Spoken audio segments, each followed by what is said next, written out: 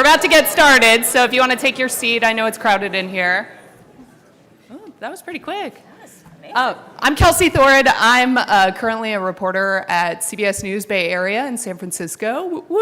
Yeah. And I'm Jen Christensen. I am a producer and writer at CNN and CNN.com.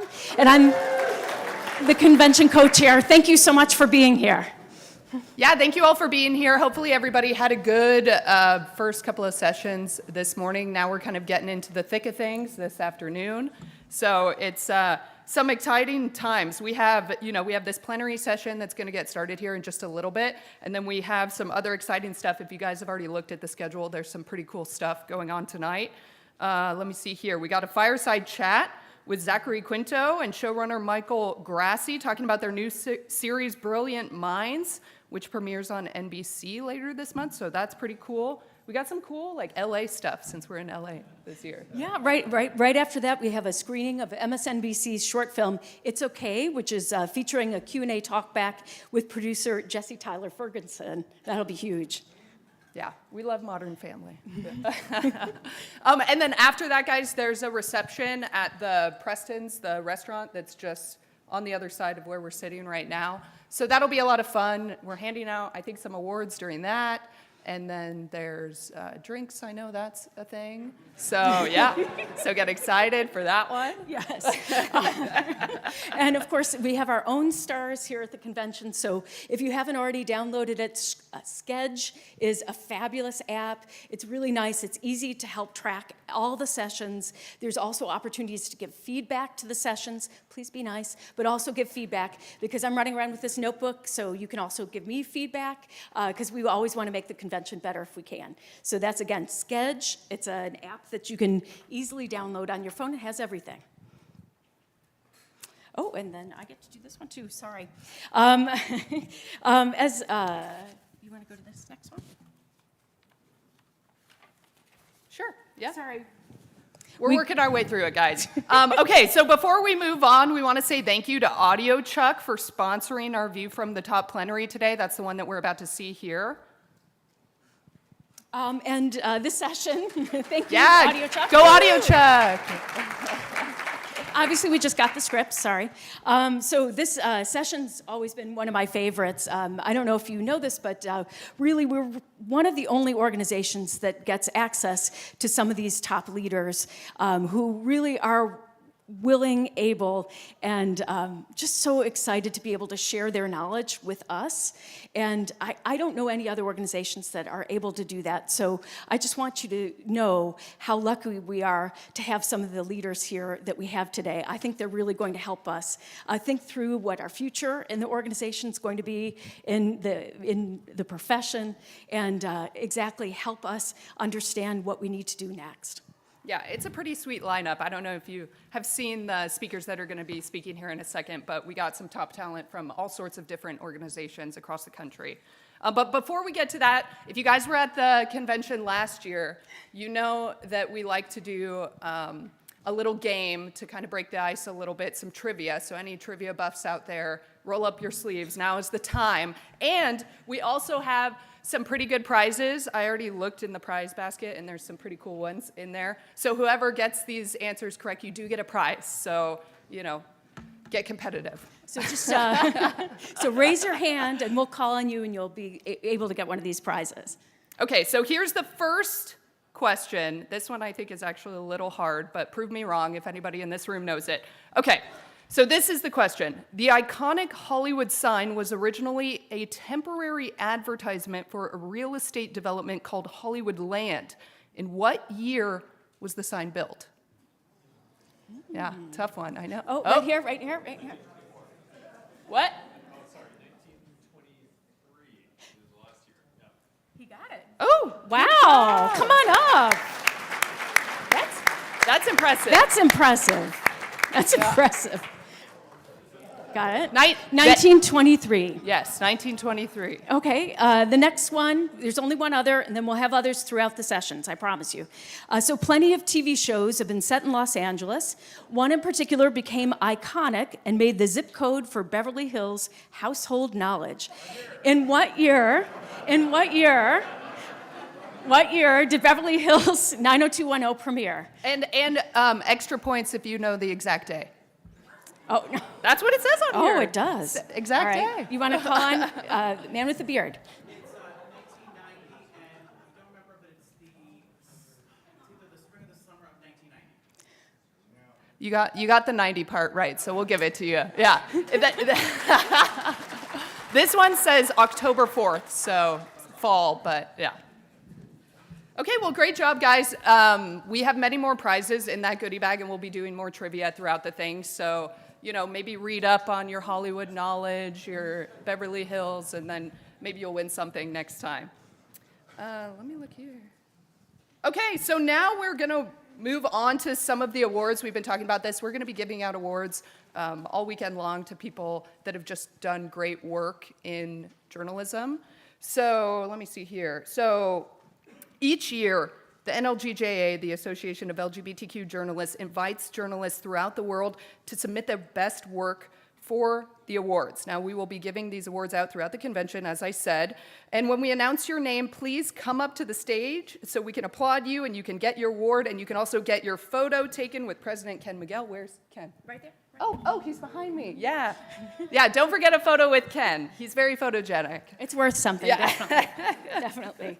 So then the first award that we have today is for excellence in HIV and AIDS coverage. It goes to Orion Rumler for their piece in the 19th, I've Been in the Room, How HBO's The Last of Us Resonated for a Survivor of the AIDS Crisis. They're coming up.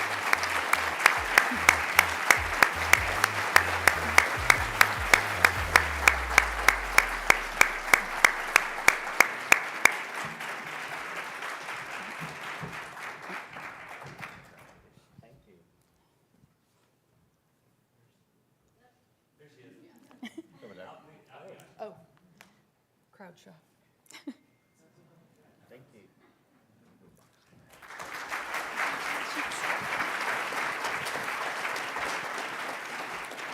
Okay, next we would like to present one of NLGJA's top prizes. This is the Randy Schultz Award for LGBTQ coverage, which honors journalists who consistently bring stories of the LGBTQ community to life in mainstream media outlets. It is named in memory of Randy Schultz, who is widely credited with being the first reporter to cover the gay beat for a major metropolitan newspaper. Okay, drum roll, guys. This year's recipient of the Randy Schultz Award is, wow, that was weak, but it's okay. This year's recipient for the Randy Schultz Award is Lauren McGahee, an investigative reporter and editor for the Texas Newsroom, a collaboration of NPR member stations in Texas. Her specialty area includes criminal justice, government ethics, and queer issues. McGahee has covered the LGBTQ community for more than a dozen years, first as a political reporter in Louisiana, later as a state house and investigative reporter in Texas. So, Lauren, would you like to say some words, or are you getting picked? No? Okay. Congratulations.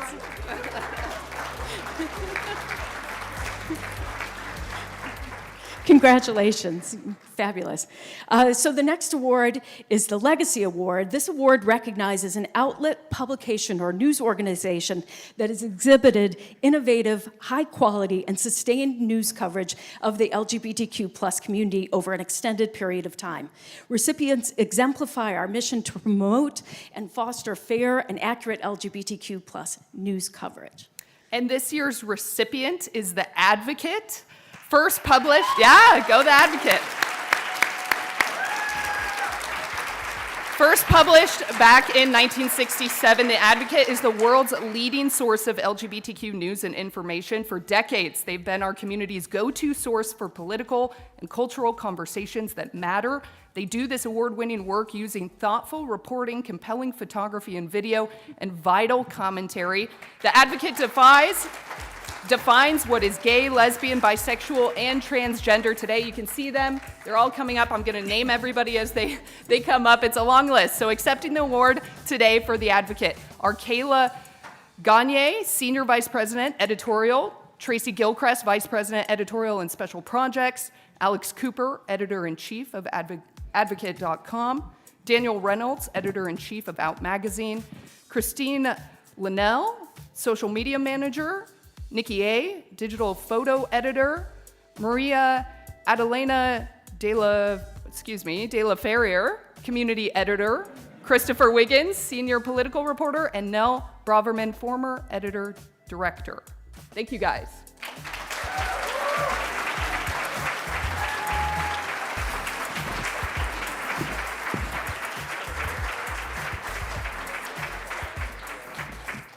Would anybody like to say anything?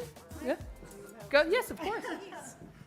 It's a short speech. Yes. Okay. Hi, I'm Tracy Gilchrist. Thanks to everyone for being here.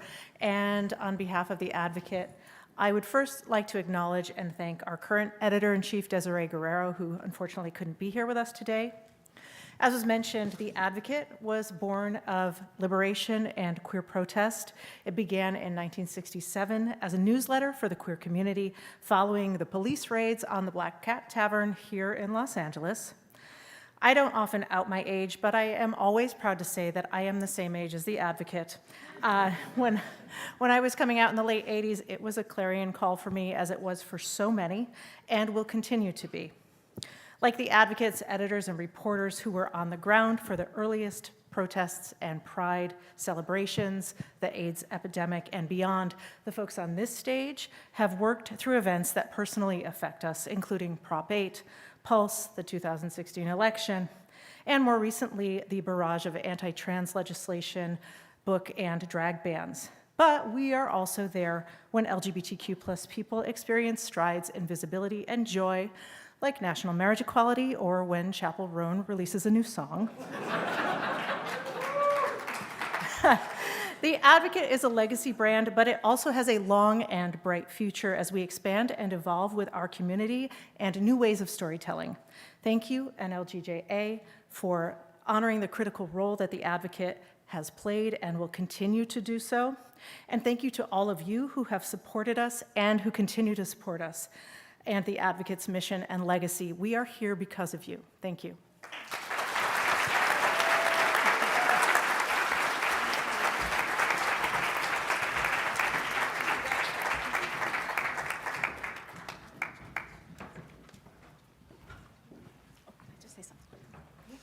And if I can also add, I was a freelance writer for The Advocate, and so I also have to say, Advocate was a great launching pad for a lot of us, and it really gave us an opportunity to have a national profile. I've always been a TV producer, and it really gave me an opportunity to become more of a digital writer. So I just want to say, the whole community can say thank you for helping us to become good journalists as well. So thank you. Well said. Okay, now if you guys could turn your attention to the screen, we want to acknowledge the winners in the categories of bisexual coverage and business coverage. They could not be with us today, but we still want to give them their honors. So congratulations to those.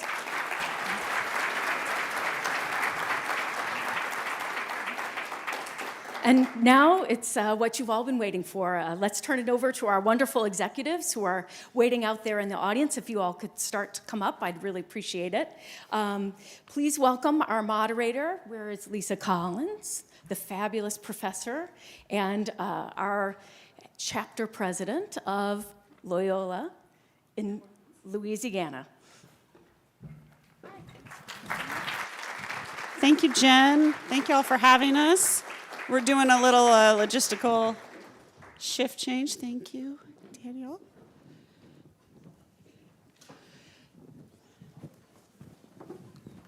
Come on down. You sit next to me, Bob. Thank you. The smart kids sit in the front. Hi, I'm Lisa Collins, as Jen says. I teach journalism at Loyola University New Orleans, and just this spring, we chartered an LGJA chapter at Loyola due to student demand, and Kayla Gagne was one of the driving forces who used to be, we worked together in New Orleans and was based in New Orleans. So anyway, I have 3 students here this week, and it's really exciting to learn about this community and just, the ways that newsrooms are embracing this community. But this discussion today is about the view from the top. All of these folks are in charge and really smart, and that's why we wanted to chat with them today. So I'm going to let each of them introduce themselves briefly, and then we can start with some questions. Bob, do you want to?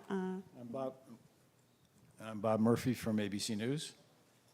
Marina Perlman, NBC4 Los Angeles. Sharif Durhams, I'm managing editor of the Atlanta Journal-Constitution.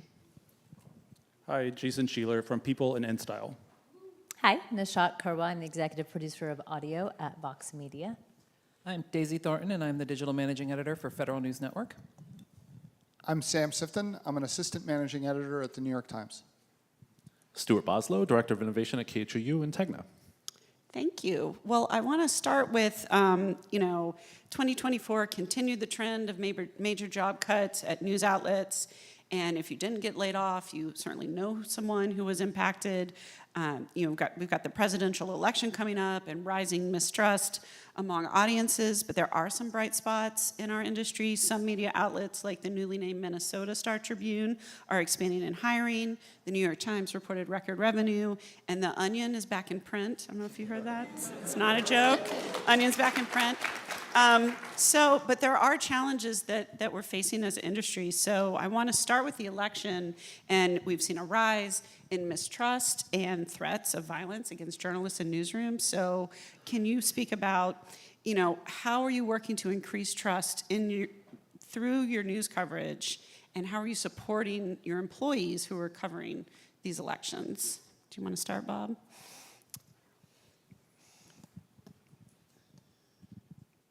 Well, it's the violence, the attack on us personally is something that it's become common.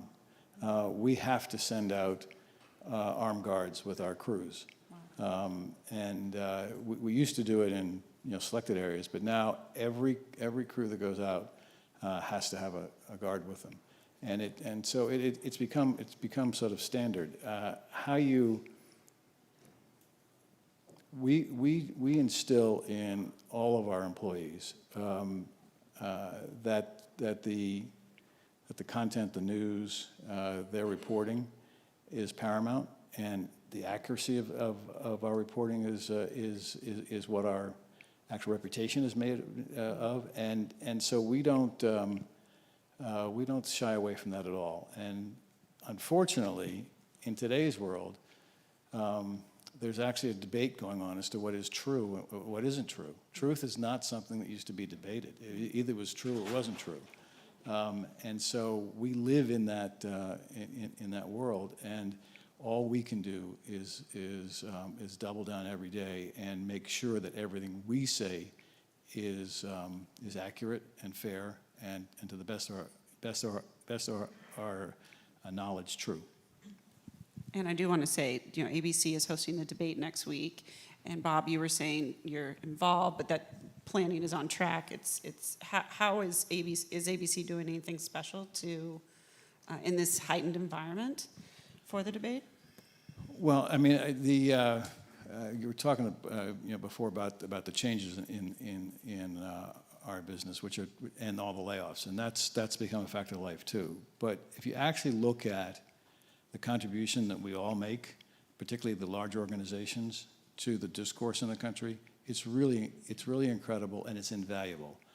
Very few organizations, other than the ones that are doing them, could mount a presidential debate that was credible, that was fair, and that actually could handle the size of it. And so as organizations get smaller, as there are more layoffs, that's in jeopardy, because you just don't have the resources to be able to mount something like that. I won't tell you what we're spending, but it's a lot of money. And oh, come on, Bob. And we probably have 200 or 300 people that are working on it, and we have 1,300 press who have actually asked for credentials. That's not an easy thing to put together, and especially given this campaign year with with barely 4 weeks from the time that they agreed to do it to the actual debate. So that's a real challenge. But in terms of how we do that, David Muir and also Lizzie Davis are going to be the two moderators.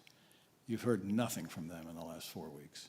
They're just doing their jobs. They're not out there doing interviews. They're not out there sort of bragging about what they're doing. They're not promoting it.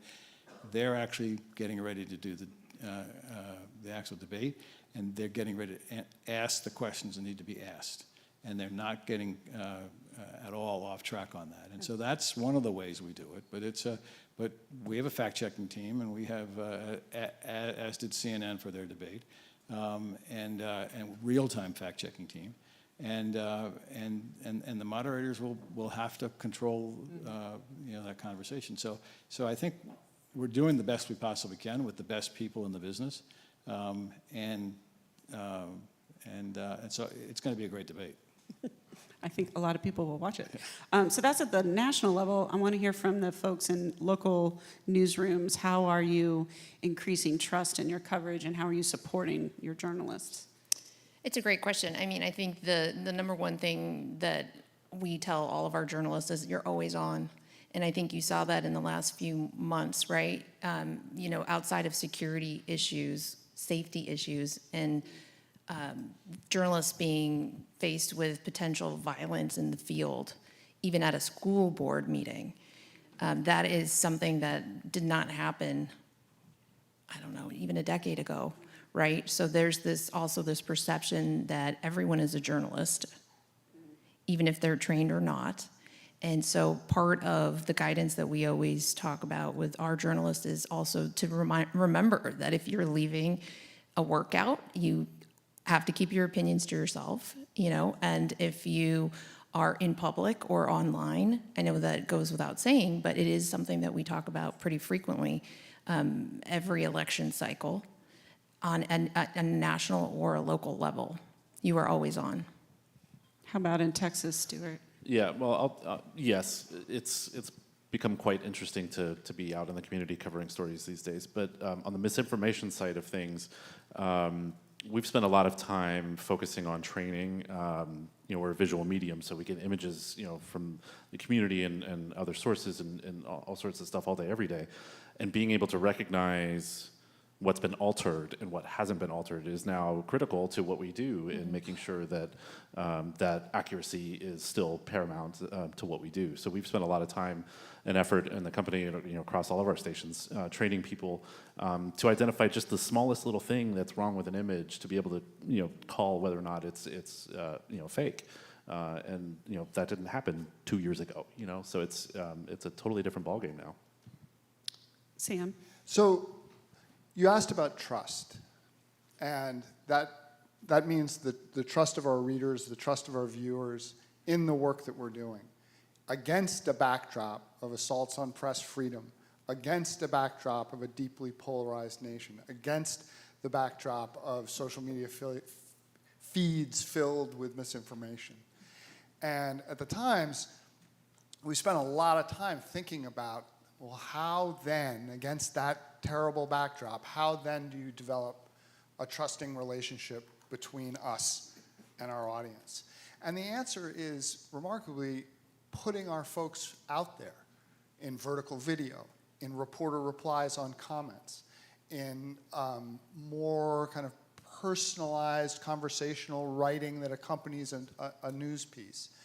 And we're betting that this can be successful, particularly, we haven't really gotten into the horrors and possibilities of generative AI, but as these hallucinating bots start giving us the news, it's going to be, we're betting that knowing that person, having a relationship with that person, and having developed a trust in that person is going to allow us to move forward. But it's hard. I heard we had a pre-conversation before, so we could kind of get on the same page. And a lot of what I heard the group saying was, how to build audience loyalty, and in the ways that people are consuming news are so different now. In Atlanta, I think y'all are doing some innovative things with podcasting. Can you talk a little bit about that, Sharif? I mean, we're doing all sorts of things, and you mentioned our colleagues at the Minnesota Star Tribune. The Atlanta Journal-Constitution is running basically the same playbook as the Star Tribune, a bet that actually investing in growing audience and not just sitting back is a way to actually engage that audience, communicate with that audience, and grow it. And in terms of trust, I mean, I think you were saying it very well. A lot of the mistrust is built is built among people who are not coming to our homepages and who are not picking up the paper. It is happening in social. And so if we're not engaging there, and if we're not authentic there, if we're just taking a script from one place and putting it in another, and not listening to feedback from those platforms, then of course there's going to be a circle of mistrust that continues to build in those spaces. We have to be responding to questions that are there in social media and that are there in real spaces. So we have to be live in places where we haven't been in the past. And so the playbook we're running is going out in the communities across Georgia and saying, we're here, please come see us, please come interact with us as human beings. We're making an investment in these places. So, a reporter who may have been on TV in this market for a long time, well, they're working for us now and writing stories about your community. So it's a face and a voice that you know and trust. So that's a lot of the work we're doing. And you also mentioned, how we're supporting our staff. I mean, we're all journalists, we're all running all of the time. And part of my job is to tell people, take a few days and stop running. And when I say that, I mean that. I mean, don't go on vacation and continue filing stories. Stop and trust your colleagues to do that work. I mean, it's a two-way street in terms of that. I know that we are mission-driven in our work, but we also have to take it upon ourselves when our bosses say take a break to actually do it. So we also talked about how you guys, so about 2/3 of this panel have a really large audience, but some of you have a really niche audience, like Daisy with the Fed News. So how are you working to increase trust in your coverage or connecting with your audience in new ways? So we don't run into a lot of the same issues that a lot of these bigger outlets do because, I mean, to be honest, the federal government, federal employees are a pretty tame audience. So we don't worry about our journalists' safety as much. Like, that's not something we have to deal with. Must be nice. Yeah. But one thing that we do have to do and constantly remind our reporters is to be out there in the community as much as possible. Go to events in person as much as possible because ever since COVID, we've done a lot of remote work. And it's very tempting. All of these conferences, all of these events are hybrid. They're broadcast. We can watch them on Zoom. But if that's all we ever do, nobody ever gets FaceTime with us. Nobody ever sees us as real people. And we don't develop the sources that we need to develop. So we have to continuously remind a lot of our reporters, work from home, absolutely. Work-life balance, it's great. We have the technologies in place. We have everything in place, the processes. But it's very important to still take that time and go to these events. Go to at least one event a week in person. And we just focus on brand building, both online, on our platforms, on the radio, and in person. I had a news director who said, you won't know if you don't go. You got to get out the door. So keeping a few more election questions. So, we've seen many attacks this election season on LGBTQ rights and trans rights. How are your news organizations working to cover these issues? How do you include those voices? And then finally, how do you educate your newsroom to cover these issues? How are you helping folks who are maybe from different generations understand these issues? Something I think that we do at People, 50 years ago, Dick Stolley founded People magazine with the notion that we cover not politics, we cover issues, right? And so we try and put a human face to particularly third rail issues, as it were. And that's something that I've seen great success with at People when we launched our first Pride issue only 4 years ago, it should be noted. But and that was something that, I know, 50 years old, but I think something that was really important and pivotal at that moment, in 2000 when we started our first Pride issue, was that we were able to not weigh into things that, would perhaps alienate our readers. It's 100 million people, across the country, the vast majority is, between New York and Los Angeles, right? And so we're able to focus on human interest stories and celebrity stories that were moving without, alienating the reader. And I think that's there is a recipe there And so I think something that we've done, like, we were able to cover the AIDS crisis by, writing a profile of the person who actually, invented the AIDS ribbon, right? Mark Happel, who, fun fact, is currently at the New York City Ballet designing costumes. Unfortunately, victims of hate crimes, or even politicians who are, notable and groundbreaking in their communities. And that's something that we've been able to make People Magazine even a larger tent, while also covering, like I said, third rail issues. Can I ask a question? Of course. So, what's the chicken and the egg of that? I mean, it is, in 2024, it is sort of astonishing to think, like, really, the first Pride issue was 4 years ago at People Magazine? Like, that seems improbable. And yet it happened. Is People leading, or is the culture leading and people responding to it? I do think it's, again, I've worked at People Magazine for 4 years, so do the math, right? Mic drop. I'll take it from Sam Sifton. But I think that it's worth noting that 50 years ago, People Magazine had LGBTQ+ stories in it, right? It's the branding, as you all know, of a Pride issue that may have something a little bit to do with advertising, right? Branded issues and special interest issues. But it is look, it took a really long time. It takes a long time to steer a ship and to turn a ship around, like People Magazine, right? And so I think you're right. I think it is following the audience a little bit, and I think that's something that there's a recipe there that could be above my pay grade, right? But I think that what I've seen the numbers, on LGBT+ stories, increase in 4 years. I've seen, as we talked about, weddings, because I fight with Mr. Sifton over wedding exclusives daily. And the wedding interest, it doesn't matter who it is, they want to see, a great wedding. And so I think there's something wonderful about being able to, slightly move the needle for our community as well as for Americans, and 100 million of them. So that's a great answer. Thank you. I want to bring in Nishat because you're with Vox. So how is Vox elevating voices that maybe weren't included before, bringing in diversity? What is Vox looking for, and how does your work support that? So just to talk a little bit about our structure, so Vox Media is a division, the Vox Media Podcast Network, which I help lead, is a division within the larger digital media company of Vox Media.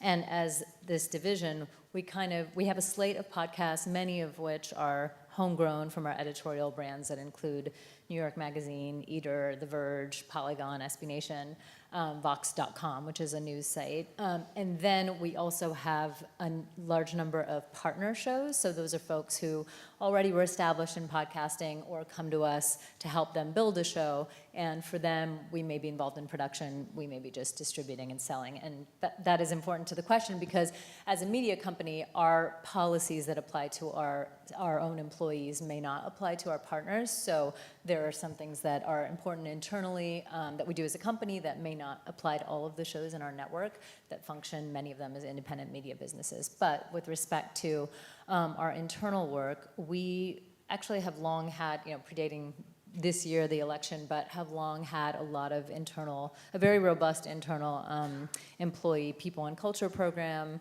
a very robust DEI team and programming, and it straddles, there's sort of internal education, and then there's also really innovative programs that have emerged from the organization having a role as like a digital media native company. One of them that is one of my favorite that we've done over the last 2 years is a style guide called Language Please. And it basically, the people on my team, who's an amazing producer but also a former academic, we worked together at a teen education organization. So she created a lot of the curricula for that organization. She has teamed up with journalists from across the company to come up with an updated style guide that reflects more modern thinking and evolved approaches to what style looks like, tapping into identity-based communities, marginalized communities, and asking them and surveying them, as well as our journalists, to understand what style recommendations should be. And that's not just for our company, it's something that the intention is for local newsrooms who aren't resourced in the same way to be able to take that up and use it. So there are things like that are happening internally that I think we're lucky to have because the company's made these investments up front. And so we want to be a resource, certainly in podcasting, but across the digital media space for you know, we understand like newsrooms everywhere, as you started out the panel saying, are in disruption and are strapped. So I think that sharing of resources where we can do that is really important when we're talking about the support you can give to your employees. So that's what Vox is doing. What are some more like legacy media folks? How are you handling elevating diversity? Some of you said that diversity increased during and after COVID. Do you want to expand on that? Yeah, I'll take a quick shot. Yeah, the numbers are really quite cheering. I think the Times made a really concerted effort in 2020 to, I think we called it the call to action, that was going to transform our culture, that was going to show, we hoped over time, a real movement of the needle when it comes to diversity, equity, and inclusion. And the numbers are bearing out that we have been successful, and we haven't seen the backsliding that some, regrettably, some other outlets have had to experience because of cuts and the like. And what's cheering about it is that every step forward kind of compounds the good of it, because the more we can make our newsroom look and sound and feel like the nation and world that we're covering, the better off we are, and the better the report is, and the more trust is engendered with our readers. And it's, I think the business guys call it like a virtuous circle, and it's been exciting to see. I can share about that. Also, at InStyle, you know, we produce fashion images with really famous people, and something that we've placed a really prime importance on is the people that aren't even, you know, on the screen, people that aren't even in the image, right? Who's going into making that image? Who is the photo editor? Who's the fashion director? Who's the makeup artist? You know, who's the caterer? Who's the videographer, right? Because all of those lived experiences come together to create that image, and that's something that we talk about a lot when we're casting, when we're hiring, but also when we're like editing. Is like who's going into telling that story and what was their lived experience like? Because I know for a long time, you know, I would watch in my career, I would watch all of these words go up to like the same, like these three people who all had like identical lived experiences, right? And that was like a very narrow lived experience through which to funnel a lot of words and content and images. And that's something that, you know I do a whole lot of booking with celebrities, and they are increasingly asking for it. They're asking, you know, who's going to be on set, who's going to be around me, who's going into creating this image, and who's going to make the decision, you know, on the back end. And honestly, you know, what do they look like? And I think that's really important. No, go ahead. I was just going to mention, you know, I mean, we all know Atlanta's a black and brown city, Atlanta's a queer city. And I think it is important, the culture of the newsroom is key to getting these stories and being authentic in terms of telling these stories. I mean, you know, we were in a news meeting last week and talking about Black Pride, you know, World Black Pride in our news meetings. And it's not like we're talking about something foreign. The executive editor is saying, oh yeah, that's coming in. We need to do entertainment stories on this. We need to tell people where to go. We need to, you know, treat this as the cultural event that it is, and not something different than any of the other cultural events in our city. The fact that, you know, a legacy news organization said, hey, you know, people have been doing as a labor of love, specific coverage targeted toward the black community, even in times when our company didn't see that as a viable business strategy. We should understand it is a viable business strategy, and therefore we launched our, what was then unapologetically ATL brand, which is now branded UATL, and really started pushing that at the beginning of the year, staffing it, you know, with a staff that's the size of a Metro desk at some news organizations. And really leaning into the fact that we are speaking to a unique community that creates culture for the entire world when we're talking to the black community in Atlanta. If your newsroom leaders are treating these stories as important stories, then that is the culture of your newsroom, and people will speak up and bring up more things that you don't even know about. So are you seeing more diversity when it comes to story pitches and coverage ideas, and how are newsrooms evolving? Yeah, I can speak to that on the local level. I do think it starts from the top, and it's a commitment from the top and trickles down. And I also think it's the generational differences in newsrooms right now as well. We talked about how things have sped up so quickly in our industry, and that the runway to get to a larger market is shorter now. And that's a good thing. I mean, there's two sides to that coin. And, you know, it's a good thing because you get story pitches from a completely different generation that grew up without a pride issue being a big deal, quite frankly. And story pitches in a large group of people and educating people, on concepts that they've grown up with as natural, like gender fluidity, So I think that's what's happening right now in our newsroom for sure. And what I would add to that is pushing queer leadership and stepping up into management roles so that those voices do exist at the editorial table, and to be able to create a space for that. And then as a queer leader, being that voice, it only takes one voice to open the door, and once that door is open, then other people can see that you can step through it and have a voice in the newsroom and a voice that matters.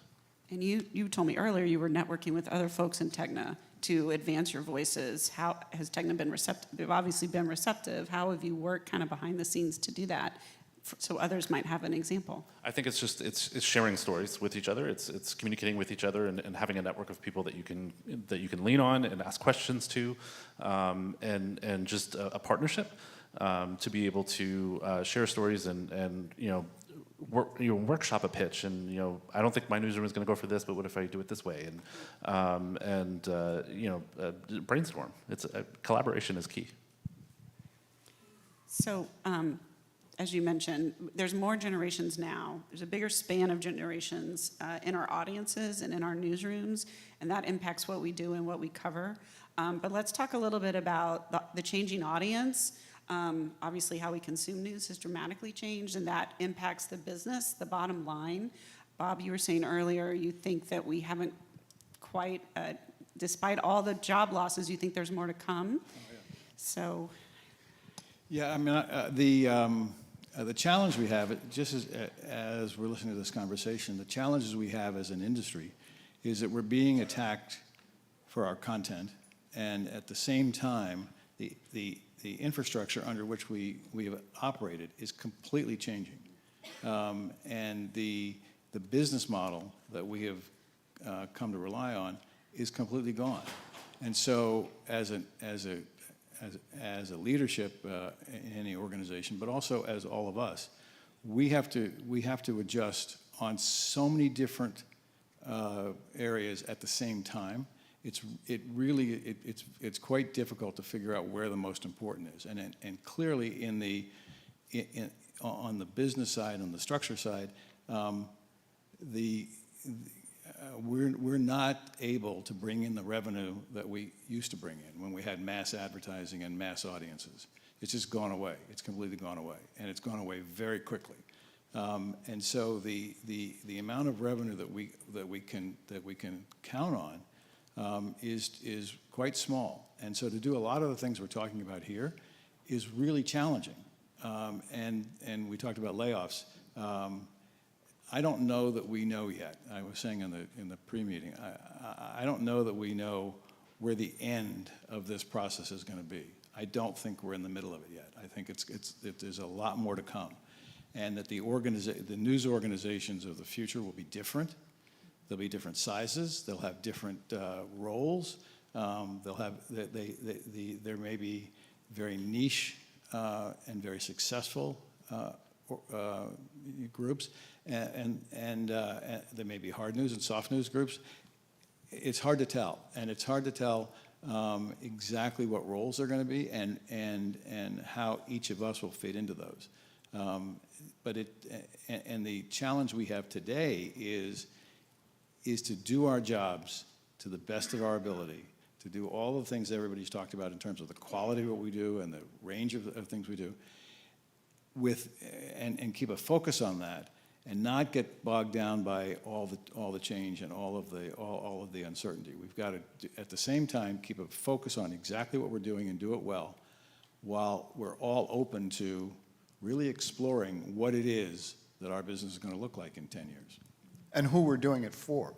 I mean, what's so striking about what you said is, you imagine the world of terrestrial TV with huge audiences and just gigantic revenue streams coming in through advertising.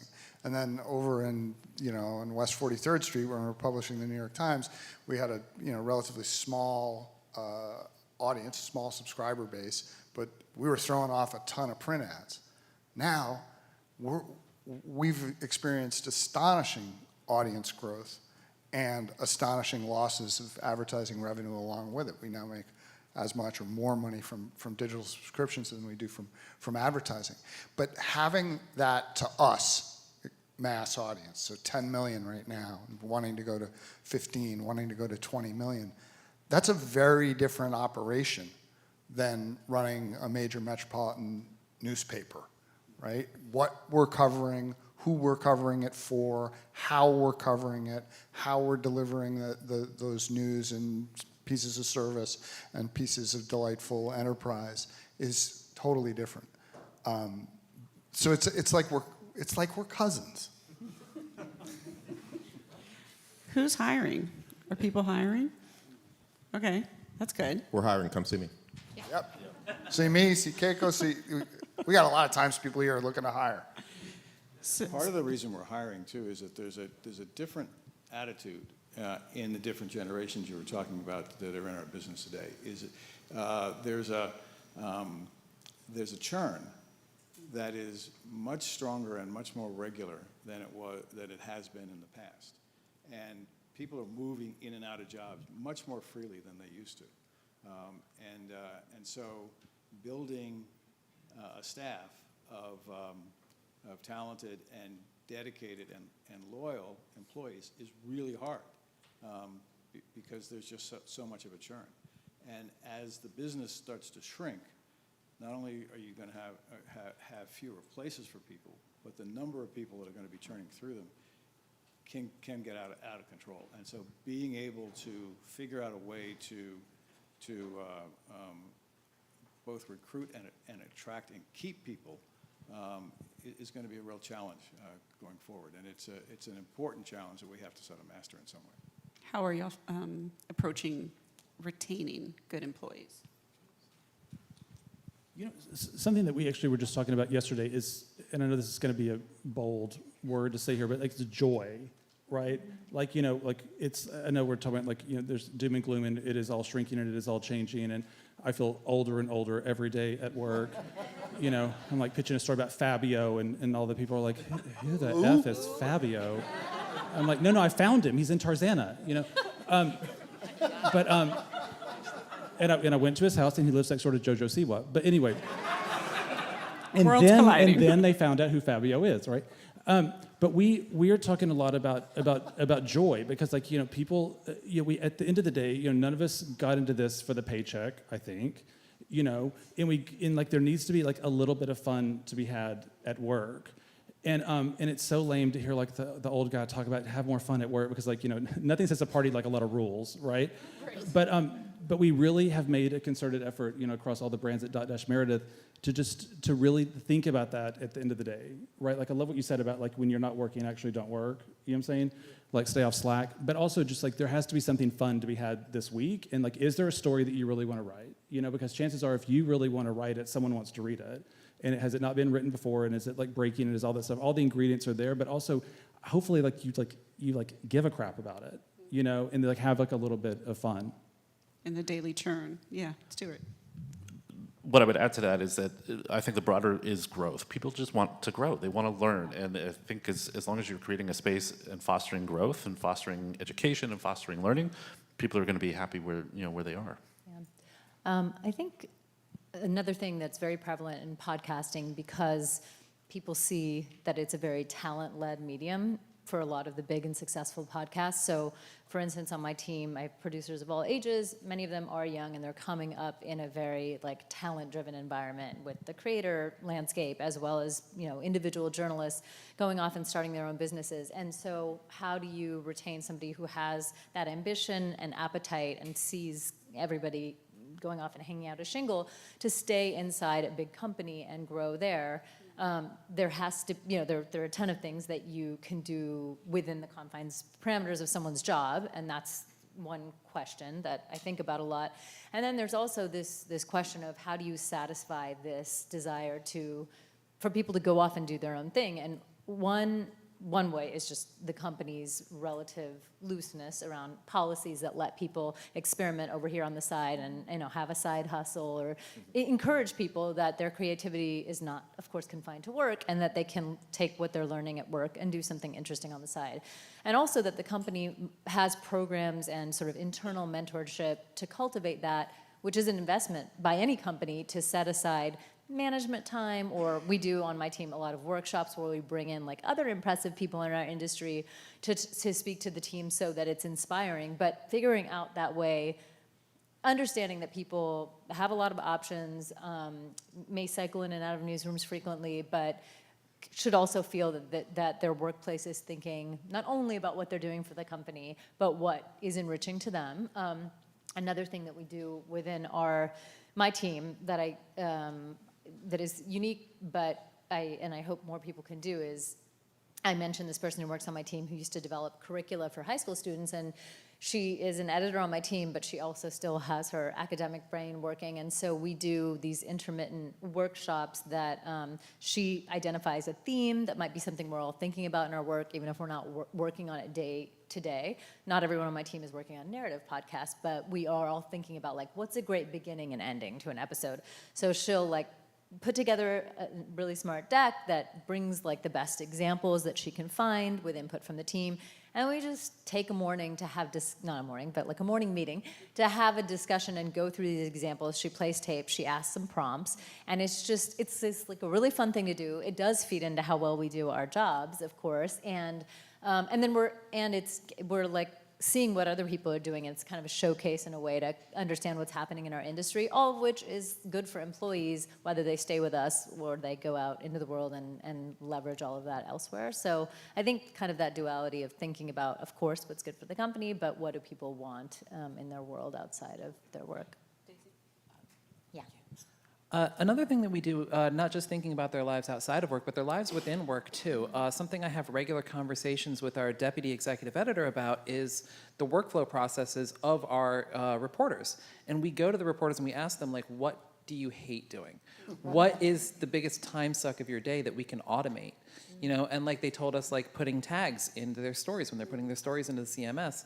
It's just a long process that just takes time out of their day. So that's one of my next big projects, is trying to automate that within the CMS. They told us the same thing about like picking related stories. We have such a huge backlog of stories. Sometimes a related story could be 6 months back and they've got to go scrolling through so many pages to find it. So we automated that as well. Another thing is there's so many different platforms that we use. The radio broadcast stuff goes into Burley. We're collaborating on Slack. Our CMS is WordPress. We're also using RingCentral and Zoom and Teams for interviews. We have Airtable for, our contacts list and making digital graphs and stuff. So like, how can we reduce that swivel chair and kind of combine different platforms is something else that we're really working on to kind of, because they do so much, we try to be protective of their time. And like, if we're gonna ask them to do something new, what can we take off of their plates? And so that's something That's fantastic. a lot of our reporters really appreciate. I think there are also two kinds of conversations that you can be having with employees. One is transparency about your company. What business are you in? What is your mission? And how are you doing at that? A lot of jumping is happening because of a sense of uncertainty. And as people understand the actual company that they're working for, what their contribution is to it, can make arguments for things that help benefit that company, they feel connected in that way. And on the flip side, managers, we need to be having conversations that aren't just about the company. We need to be having conversations about the careers of the people who are in front of you. I had a conversation with someone last week at our company in which that person was, holding back on telling me that they were talking to someone else. And I'm like, you should be talking to someone else. Obviously, you should be doing that. You should be looking out for your career. You're going to be the best steward of your own career. And I'm happy to talk to you about your career and what options you have here, what options you have elsewhere. I've been other places. I can talk to you about some of those other places. But it can't just be a one-way exchange that is of benefit to the company. I'll tell you that in times in my career when people had those conversations with me, I've gone back and worked at those places again after I left. I've told people, go work for these people because they will take care of you. And that is how, this is a long game, and unfortunately in our business, we've treated it as a short one and just as an exchange. But people can have long careers in this business, and that reputation that you build can come back on you. And the talent that you let go into the world as interns or as employees also can come back to you. Yeah, can I just add quickly to Sharif, one thing you said? I just want to emphasize the thing about talking to people about what the strategy is. Like, I think that is so important, gets overlooked, and people are doing their jobs every day without a sense of that greater direction, and not enough managers, I think, or managers are scared to do that because they're like, oh, if I let you in too much on the strategy, it's going to cause flight, or you're going to have, there's lots of fears that I think managers have around doing that. But I think it's important for managers to set some parameters around the conversation and say, I can't tell you, maybe I can't tell you what we're doing 5 years down. I mean, maybe you know that, which is great. But I can help you understand how what you're doing every day connects to the strategy over 6 months, a year, and where this company is headed. And then I think the other thing for employees that I like to encourage is like, take the initiative to ask, what are the processes in this company for me to give feedback on the big picture, understanding that's not my mandate, that's not my role, as somebody who might just be coming into the company or new in a role, but it does make people feel more engaged. And I as a young employee at a lot of the places I worked, I wish somebody had first asked me for my opinion. I was lucky in a lot of places. We actually did have very collective leadership frameworks, and it was hugely empowering. But I think it's also the coaching to help employees understand how to ask, where's my place in contributing to or offering feedback about the strategy. One of our problems is we don't actually build managers. That we promote people because they're good reporters or good producers. Totally different We don't Yeah. promote them because they're good managers. And it's left side, right side of the brain too. If you're actually a really creative person, the chances are you're not going to be a really detailed manager. And so getting the training to do that is really important before you put That somebody. training pays off. It's paid off at the New York Times in ways that are just innumerable to me. That we took all these people who were really good reporters, and for their sins we made them editors, and then we made them desk heads, and they're running whole departments, and they've had no experience in doing this. Those days are thankfully in our rearview mirror because of our culture and careers team, the amount of training that our managers are going through, the feedback loops that we're engaging in to bring people up and make them into better managers so they can become better newsroom leaders has been really thrilling to see. But I grabbed the mic because I wanted to say on this business of strategy and communicating it, it's not just communicating it once, it's communicating it every single day. We know how to do that with mission, but I think we've got to learn how to do it with strategy as well, because it's only through repetition, and this is one of the things you learn in manager school, is that only by endless repetition is the whole company culture going to become aligned on that strategy and understand it as they do the mission. So how many, you're all managers in some format, how many of you had management school training? Half.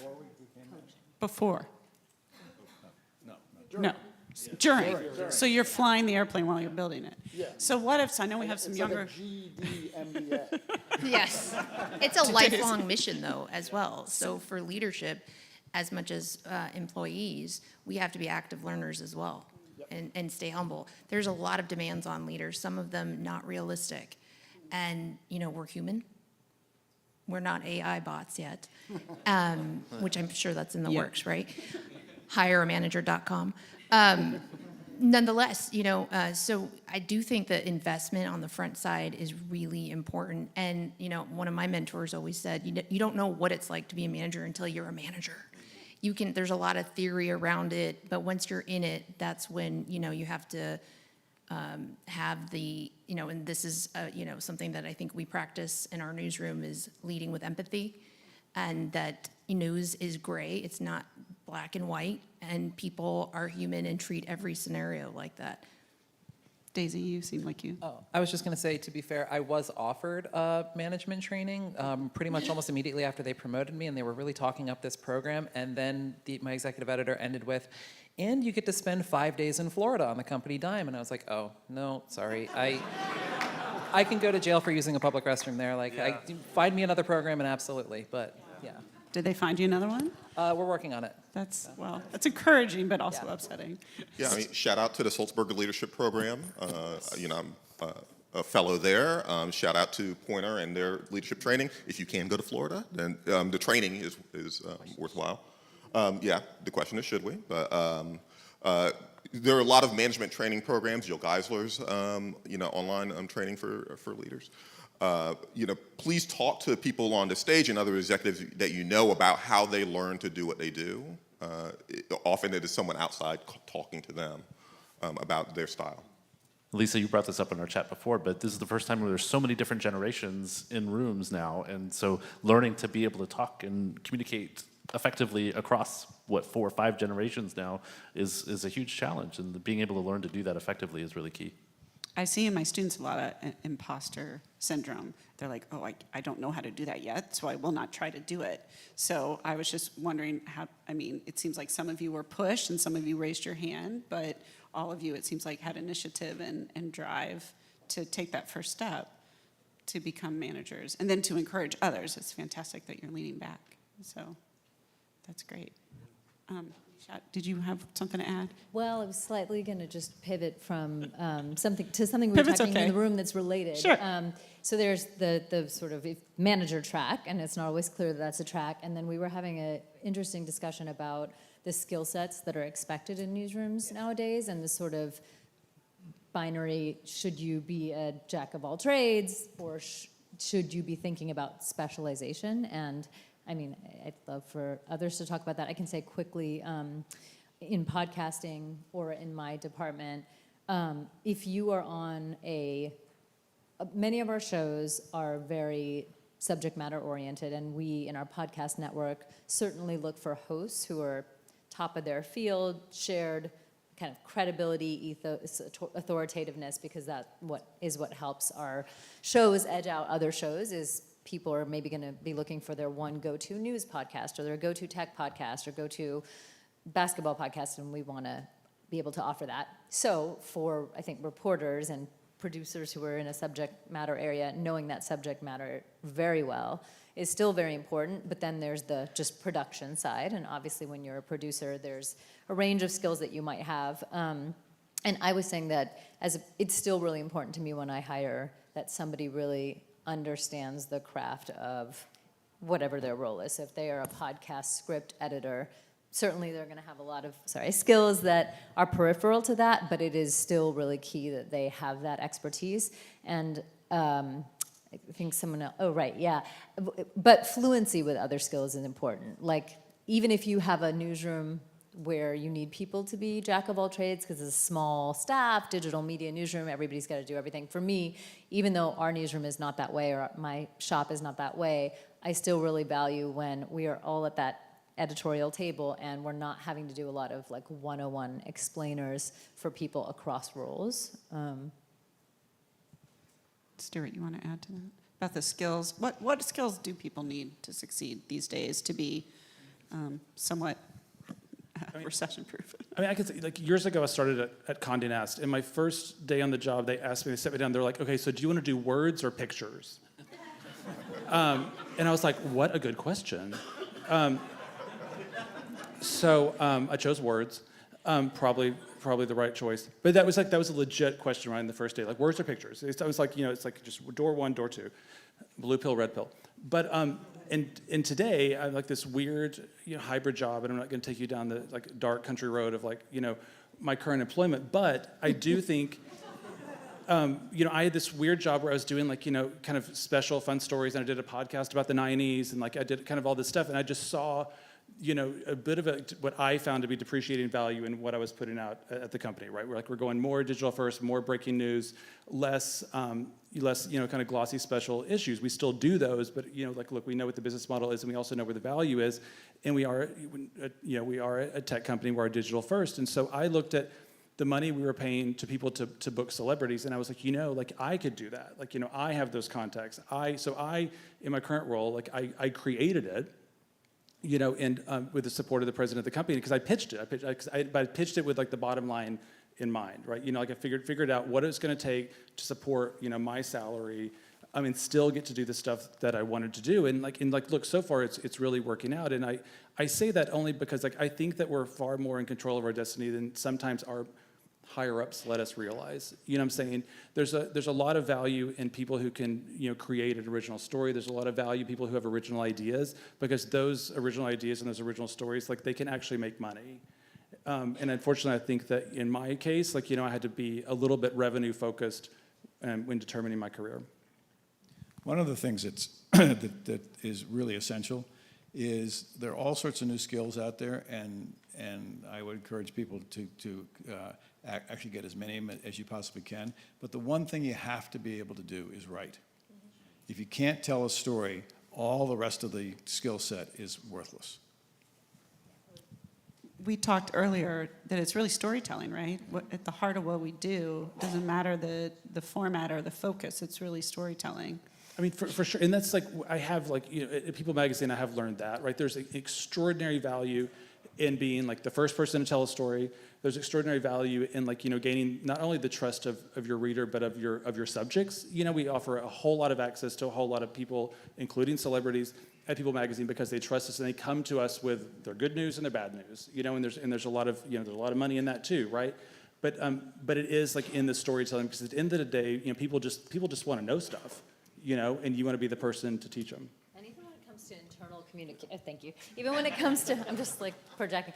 Even when it comes to internal communications, I feel like it's so important for younger, older, any part of your career to be a great writer, even if you never, or usually are not touching copy, because it's just demonstrating, yes, storytelling, and also that you are absorbing kind of what the style and voice is of whatever your entity, your shop is. And so even if you're pitching something, I'm looking at all of the pitches that come in, and of course, if it makes me laugh or it immediately produces some emotion because of the way it's written, that's already gonna kind of move to the top of the stack in my estimation. So, and that might be something that would never be seen by anybody but their manager, but it just indicates that kind of openness, somebody who's trying to absorb the voice and style, memo, all those things I think really matter, and they do connect. That is the thing that I guess I would say is a jack of all trades thing that we want to see in any role. Well, we do want to have time for Q&A, so we're going to end this portion. So y'all been so attentive, thank you. We want, someone has a microphone. Oh, we've got two microphones. So we want to turn it over to y'all. I think you have a question, Tracy, right here in front. I feel like we need some music here.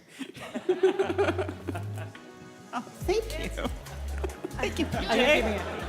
All right, Tracy, go ahead. Hi. So thank you all, first of all, for this.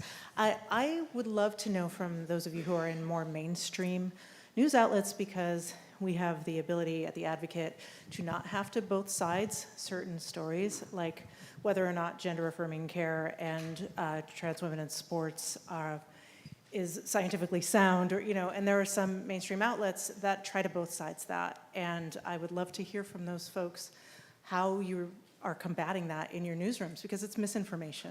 I'd love to take a stab at answering that question. I think as a mainstream news organization that covers those issues and many more, I don't think we're engaging in both sidesism. I think what we're doing is trying to embody an ideal of independent journalism that A.G. Sulzberger has, I think, done an admirable job of outlining in various speeches and essays and position papers over the course of the last 18 months or so, that posits that our job, our mission of seeking the truth and helping people understand the world is going to prove to be a disappointment to those who find our article to not match their worldview, to not match what they believe.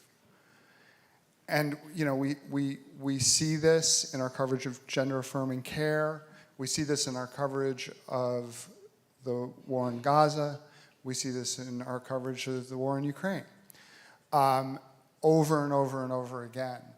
And it's real. I got to say, it's tough for us at the Times because it's unsettling a little bit. It's a lonely feeling sometimes to look out the window of our headquarters and see a group of people protesting, saying that we're anti-Palestinian, directly beneath a billboard that's been erected that says that we're anti-Israeli. And, you know, what it requires of us to do is not both sidesism. What it requires of us to do is to go out, to gather as many points of view and as many fact points as we can, and, as we say, try and help people understand the world. And I get that that's not going to be But it doesn't bear the science. to Paul has a huge platform on the New York Times, so that's what I'm curious about. Why give a platform to Yeah, I wish I mean, I don't have to tell this room that there's a big wall between what goes on in our opinion pages and what happens in the newsroom. And I can only speak to the newsroom, and we'll speak passionately to the newsroom. But I think that the notion that what we're doing in our quest for an independent journalism is going to come as comfort to the Advocate, where it's right there in the name, it won't happen, or it won't happen comfortably. But I do appreciate the question, and I do appreciate the passion behind it. And I wish I could talk about, I'm not in opinion. Hey, I love the New York Times, that's why I'm asking. Oh, Yeah. And we love the Advocate, so that's why we're answering. You know, another thing I can say about mainstream coverage is the work that a lot of us are doing, thanks to places like The Advocate, is we're trying to get so many stories in the Atlanta Journal-Constitution and the Washington Post, where I worked, and the New York Times, that a focus on any particular story doesn't reflect the coverage of a community, right? That there's so many stories that reflect the diversity of our communities that you can note that some people believe a certain thing and note that there are lives that are being reflected in that news coverage that may look the same or may look differently than what those people believe. So, you know, that's why we're talking in news meetings about, I just get pride in my newsroom when we're talking in news meetings about a report from the CDC about, people with AIDS in Atlanta and Georgia. And there are all sorts of leaders talking about nuance of the report and the thing that we did 3 years ago and other pieces that we've done, because everyone's invested in it. So that's the kind of mainstream newsroom that I know that I'm trying to create and that I'm hoping gets reflected in coverage. Part of the challenge that we face is that social and search atomizes these things, and so one story gets attention and people don't even see all of the other coverage, and we have to figure out ways to also combat that. You grabbed the mic, Jason. Did you want to respond? Yeah, look, something that I've done personally, and something that I believe that we can do at People Magazine is we can amplify great stories like y'all's. It's like, and we do. We'll pick up a story from the Advocate, pick up a story from a smaller, more targeted publication, and we can amplify that good work, and so we appreciate that. But also one thing that I've done personally, I put Elliot Page on the cover of People Magazine, right? And that was a huge moment for us. It was a huge moment, for our readers, and it was about the messaging. It's about who was delivering the message, and that was something that that I saw in readers and in feedback, and good and bad, God knows. But that was a powerful moment for us. It's like picking the right messenger to set the record straight, because it's about that individual voice who can speak really loudly, and we can help them speak even louder. Did someone else? Yes, right here. Oh, there's in the black shirt and then in the pattern. Oh, I'm sorry. I got a light right here. I'm so sorry. I'm sorry. I'm going to back up from the microphone so I don't touch it. This is me not touching the microphone. Hi, my name is Joshua Johnson. I'm a former anchor for NBC News and a former host on NPR, and I wanted to ask you about what you said about trust. I found being a host and an anchor an amazingly lonely job. It was painfully lonely work. And what got me through it were the moments when I got to connect with the audience, whether it was sharing one of their stories on the air, running a voicemail that they sent in to correct an error that we had let on the air, and thanking them for the correction and saying, sorry about that, we'll get it right next time, or just having some way for them to not see me as an anchorman, but as a person with a job trying to get through the day. And it equalized us. And I feel like one of the impediments to trust is that a lot of news organizations confuse trust with authority. And that we're so busy protecting our authority that we refuse to show our humanity. And the work gets lonelier because the gulf between us keeps us in these institutions when we just need to be people trying to figure out the world together. It's just we happen to do it full time. And I fear that a lot of news organizations aren't built for that. I don't know anyone who's trying to save ABC News, but they would jump through hoops for Robin Roberts because they feel like they know her. And I wonder if I'm wrong about that, or if there are things that we can do as news organizations to give people a chance to trust us by actually seeing us. It's got to go both ways. That, as you discovered yourself, right? When you engage with the reader or the listener, and the listener engages with you, and you're able to bring that to the audience, which NPR does very well, bringing emotion into the chat. It develops trust. I see it I talked about comments and reporter replies, but I also see it in email that comes over the transom. That if any of us gets nasty email or laudatory email, if you take the 30 seconds that's required to respond, it flips a switch. The people they cannot believe that you got back to them. And that opens up a dialogue, and that dialogue leads inevitably, I think, to trust. Yeah, and I would just add that I think that there is definitely a shift from that authoritarian to a people, more of a human connection, especially in local news. I've seen that shift over the last decade, and I think social media has definitely driven that. And it's more personality, and I don't want to confuse that with an anchor giving opinion, because that's different, right? But there is a connection that we're in this together that I think people are looking for, and being out in the community in a variety of different ways, and having a company or a newsroom that is actually invested in a neighborhood when it's good and there are bad things that happen. Also, reporters connecting with the audience by sharing personal stories. And that was something that was, in the heyday when I was in journalism school was frowned upon. Don't make it about you. And that's a very delicate line. You shouldn't make the story about you, but how does it help the greater audience? We had a very traumatic story here in Southern California where a woman was murdered over raising the gay flag outside of her storefront. It became a national story. And the reporter who may be in this room shared the family's story of how they are moving forward and carrying on her legacy, and also shared his connection to the story as being someone who had to come out.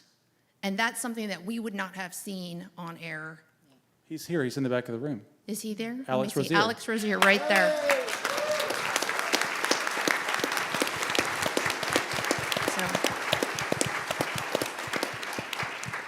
And even this morning on the Today Show, talking about the Atlanta shooting, right? Savannah Guthrie was just about to be in tears this morning. How are we covering this again? So I think that relating to the audience as humans and not authority is mandatory moving forward. I would take one more step and say, the way people are watching us now on this device, it feels a lot more intimate. And so much more plays a role right here in front. Hi, I'm Nicholas Snow, the producer of Promo Homo TV. My question is for Mr. Murphy. We're 5 days away from the presidential debate. What happens in that live television broadcast could very well change the future of the entire planet. I don't think that's an overstatement. And I was wondering if you could speak to the responsibility of the network and the awesome task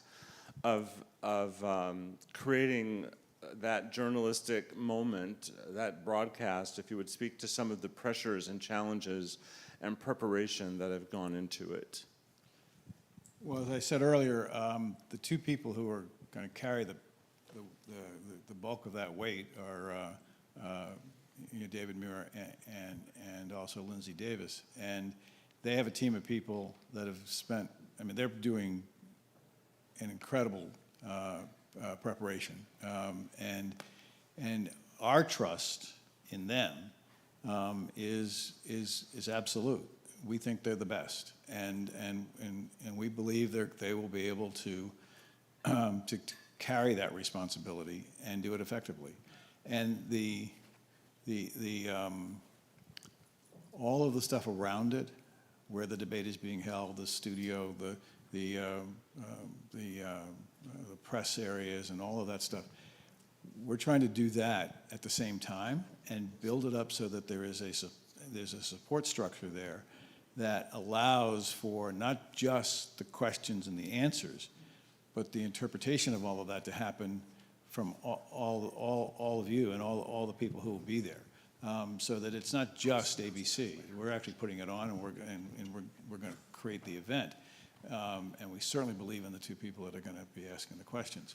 But it's the reaction, and it's the follow-up questions, and it's the discussion that comes afterwards that is really important as well.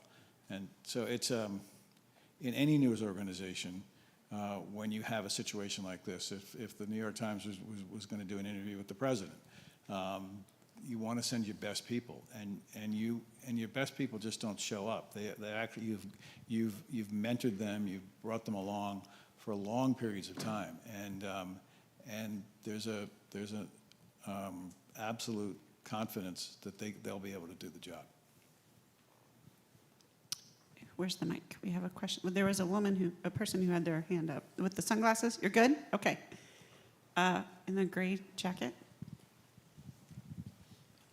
Hi, guys. My name is Jorge. I'm with CNN. One, thank you for doing this. It's been very informative, so I really appreciate it. My question is, as managers, how do you approach a situation when there's internal divide within the newsroom? Obviously, having a diverse set of opinions is very important in our job, but knowing that whatever content you're pushing out, knowing there's going to be some members of your team that will maybe not always align exactly with what the publication or the network or the podcast is saying. Because I know there could be maybe factions within the LGBTQ plus community, specifically generationally. How would you approach that?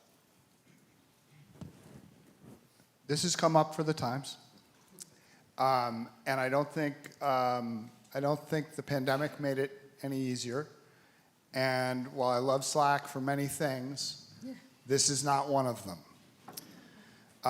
We welcome robust discussion of our journalism. It's the sort of the push and pull, the argumentative nature of journalists in general makes, we believe, our journalism better, stronger. But the one thing we don't want to do ever is insult our colleagues publicly. We just don't want to do it. There are places in Slack where you can ask substantive questions of the company, but Slack isn't a place where you can put your fellow colleagues on blast, particularly when there may be some gaps in understanding of how the work is done in the newsroom, which is a little bit different than how a full stack engineer at the New York Times does his or her their job.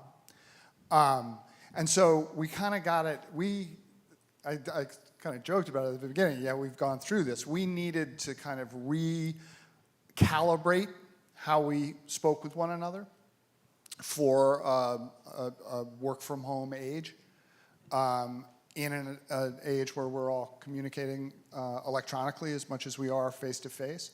And then increasingly, as we came out of the pandemic, we needed to put ourselves in places where we were talking face to face. And those conversations, I'm thrilled to say, were the most kind of helpful, I think, to everyone involved. People prosecuting journalism, people questioning the journalism, people wanting to further the journalism. So sorry if you're Slack investors. I'm sorry to slag. As I say, I use it every day. I love it to death. But for this particular question, it's not our friend.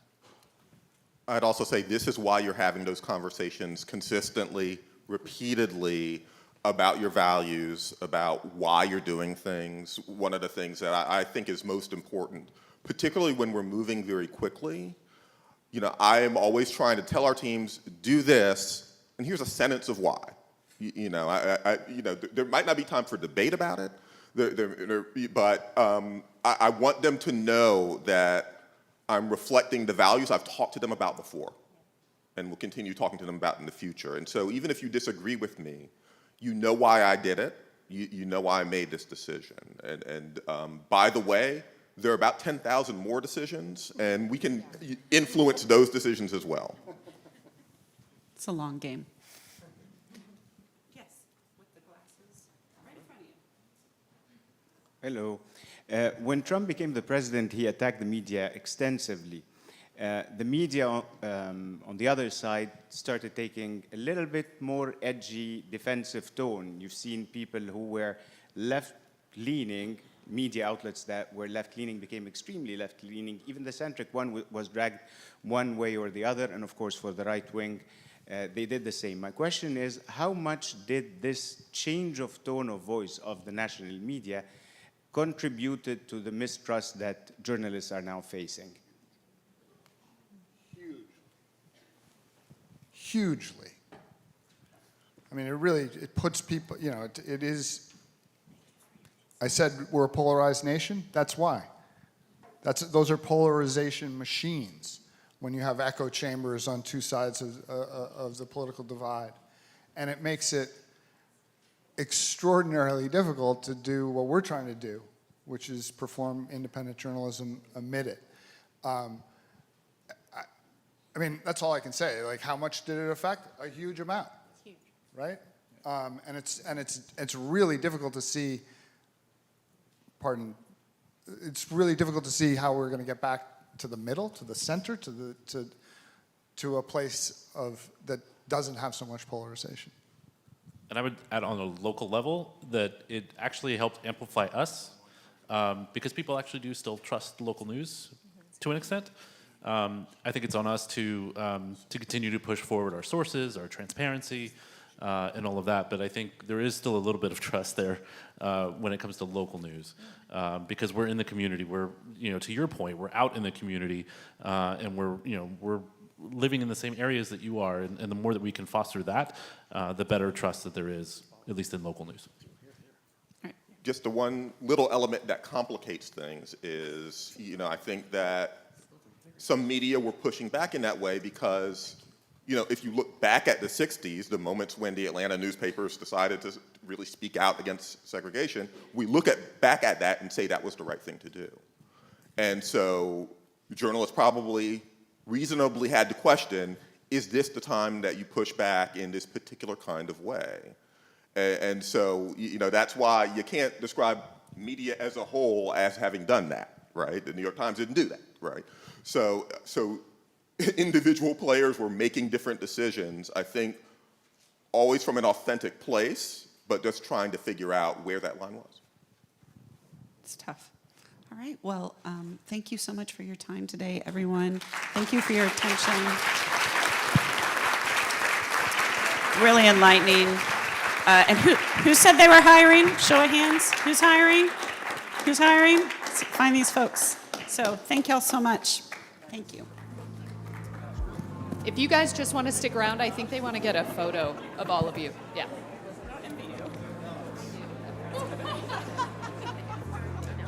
Oh.